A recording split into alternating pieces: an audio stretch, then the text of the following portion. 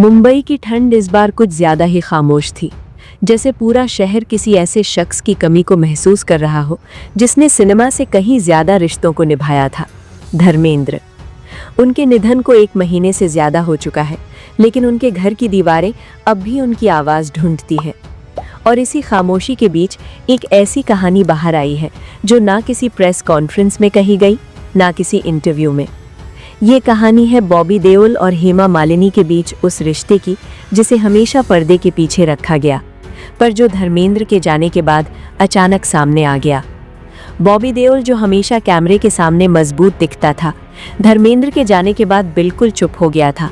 ना कोई social media post, ना कोई बयान, ना कोई आंसू कैमरे के सामने। पर जो लोग उनके करीब थे वो जानते थे, बॉबी टूट चुका था। एक रात लगभग 2:30 बजे बॉबी अचानक अपनी गाड़ी लेकर निकला।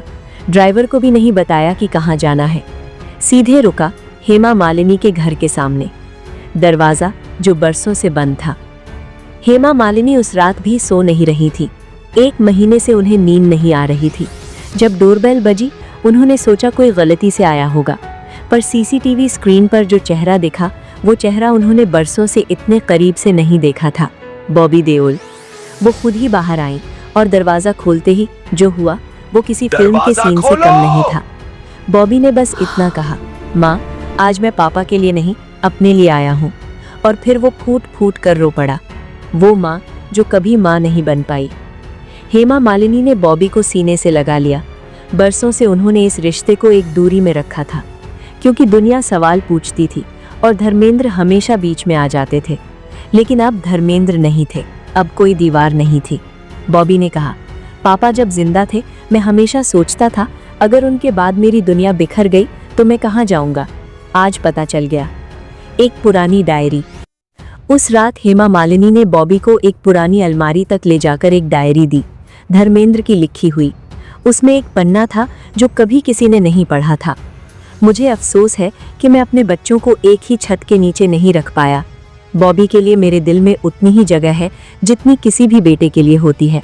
अगर मेरी मौत के बाद वो हेमा के पास जाए तो उसे कभी मना मत करना। हेमा मालिनी की आंखों से आंसू बह निकले। उन्होंने कहा, तुम्हारे पापा ने तुम्हें कभी अलग नहीं माना, बस वक्त और हालातों ने हमें अलग कर दिया। बॉबी ने बहुत धीमी आवाज में पूछा, माँ, क्या मैं कभी इस घर का हिस्सा बन सकता हूँ? हेमा मालिनी ने बिना एक पल सोचे जवाब दिया, तुम हमेशा से इस घर का हिस्सा हो, बस दरवाजे हमने खुद बंद कर रखे थे। अगली सुबह पहली बार ऐसा हुआ जब बॉबी और हेमा मालिनी एक साथ मंदिर गए, बिना किसी मीडिया के, बिना किसी फोटोग्राफर के, बस 2 टूटे दिल जो एक ही आदमी की याद में जुड़े थे। आज धर्मेंद्र के निधन के 1 महीने बाद ये खबर सामने आ रही है कि बॉबी देओल हर हफ्ते हेमा मालिनी से मिलने जाते हैं।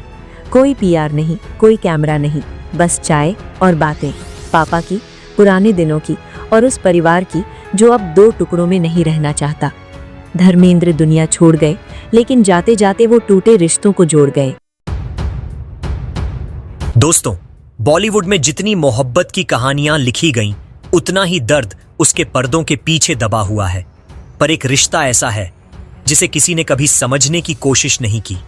40 साल से बंद एक किताब, जिसके पन्ने खून, आंसुओं, गुस्से और खामोशी से लिखे गए।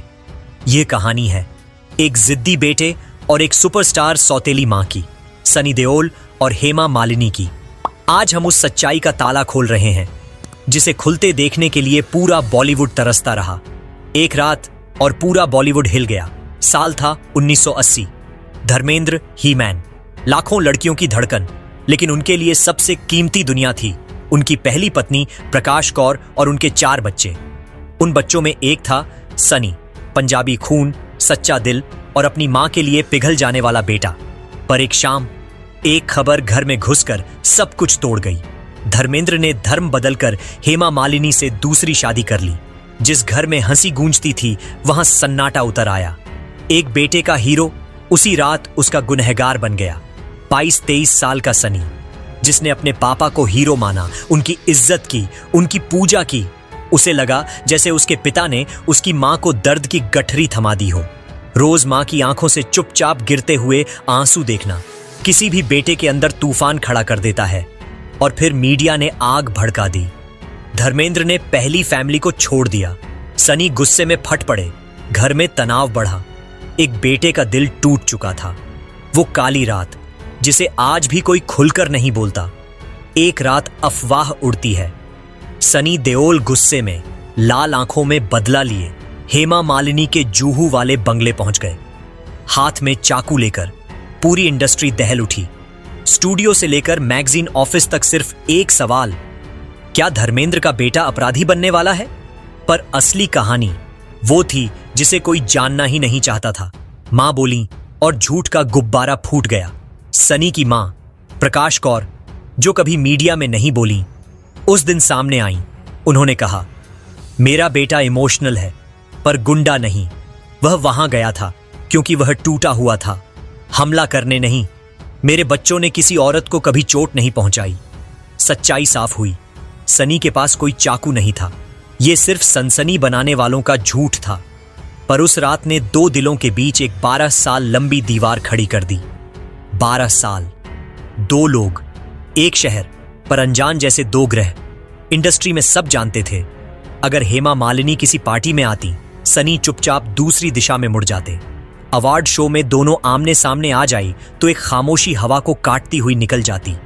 न नफरत का विस्फोट, न कोई बहस, बस बर्फ जैसी चुप्पी। 12 साल तक एक शूटिंग सेट और बर्फ पिघलनी शुरू। 1992। हेमा मालिनी अपनी फिल्म दिल आशना है डायरेक्ट कर रही थी। डिंपल कपाड़िया उनकी हीरोइन थी और सनी उस वक्त उनके सबसे अच्छे दोस्त। एक दिन डिंपल को किसी बात पर घबराहट हुई और उन्होंने सनी को सेट पर बुला लिया। तना हुआ माहौल, सारे कैमरे सांस रोक कर देख रहे थे। अब क्या होगा? हेमा मालिनी आगे बढ़ी। सनी, परेशान मत हो, डिंपल मेरी जिम्मेदारी है। बस एक वाक्य, पर उस वाक्य ने 12 साल से जमी बर्फ में एक दरार पैदा कर दी। सनी ने पहली बार महसूस किया, हेमा वो राक्षस नहीं है जैसा बचपन के गुस्से ने उन्हें सनी के दिमाग में बना दिया था। लेकिन असली इम्तिहान अभी बाकी था। कहते हैं रिश्तों की असली काबिलियत मुसीबत में दिखती है।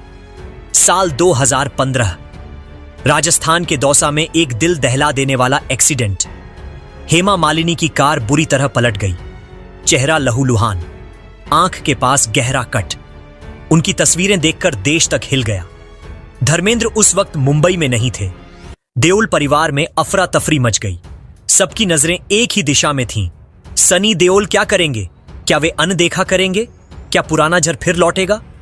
और सनी ने वह किया जिसकी किसी ने उम्मीद भी नहीं की थी। खबर मिलते ही सनी देओल दौड़ते हुए अस्पताल पहुंचे। वो सिर्फ मिलने नहीं आए थे, उन्होंने कमान संभाल ली। डॉक्टरों से बात की, स्पेशलिस्ट बुलवाए, प्लास्टिक सर्जन का इंतजाम किया ताकि हेमा मालिनी के चेहरे पर स्थायी निशान न रह जाए। हेमा मालिनी ने अपनी किताब बियॉन्ड द ड्रीम गर्ल में लिखा, जब मैंने सनी को वहां खड़ा देखा तो मुझे पहली बार लगा कि मेरे पास भी कोई अपना है। वह तब तक अस्पताल से नहीं गया जब तक मैं पूरी तरह ठीक नहीं हो गई। एक महिला जो कभी उसके दर्द की वजह बनी थी, आज वही महिला उसके मानवीय स्पर्श की गवाही दे रही थी। खून नहीं, दिल रिश्ते जोड़ता है। उस दिन सनी देओल ने साबित किया कि इंसानियत नफरत से बड़ी होती है, कि बेटा वही कहलाता है जो अपनी मां से संस्कार ले और हर औरत की इज्जत करे, चाहे रिश्ता कैसा भी हो। और शायद इसीलिए सालों बाद जब गदर 2 रिलीज हुई तो हेमा मालिनी ने मीडिया के सामने आकर कहा, सनी मेरा बेटा है, और उसने कमाल कर दिया। और ईशा देओल ने अपने भाइयों के लिए निजी स्क्रीनिंग रखी। 40 साल बाद एक टूटा हुआ परिवार धीरे धीरे मरहम लगाना सीख रहा था। यह कहानी सिर्फ देओल्स की नहीं, हम सबकी है। दोस्तों, इस रिश्ते ने हमें एक बात सिखाई, समय हर जख्म को भरता है। सनी देओल चाहें तो जिंदगी भर नफरत को ईंधन बनाकर जलाते रह सकते थे, लेकिन उन्होंने इंसानियत को चुना। उन्होंने अपनी मां के दर्द को समझा, लेकिन अपने पिता के दूसरे परिवार को इज्जत भी दी। यही सच्ची मर्दानगी है, यही असली मजबूती। और जब भी परिवार पर तूफान आया, वही 2.5 किलो वाला हाथ दीवार बनकर खड़ा हुआ। आपका क्या मानना है? क्या सनी देओल ने सही किया? क्या इंसानियत हर जख्म पर मरहम बन सकती है? कमेंट में हां या ना लिखकर अपनी राय जरूर रखें। वीडियो को लाइक और शेयर कर अपना प्यार और सपोर्ट भी जरूर दिखाएं।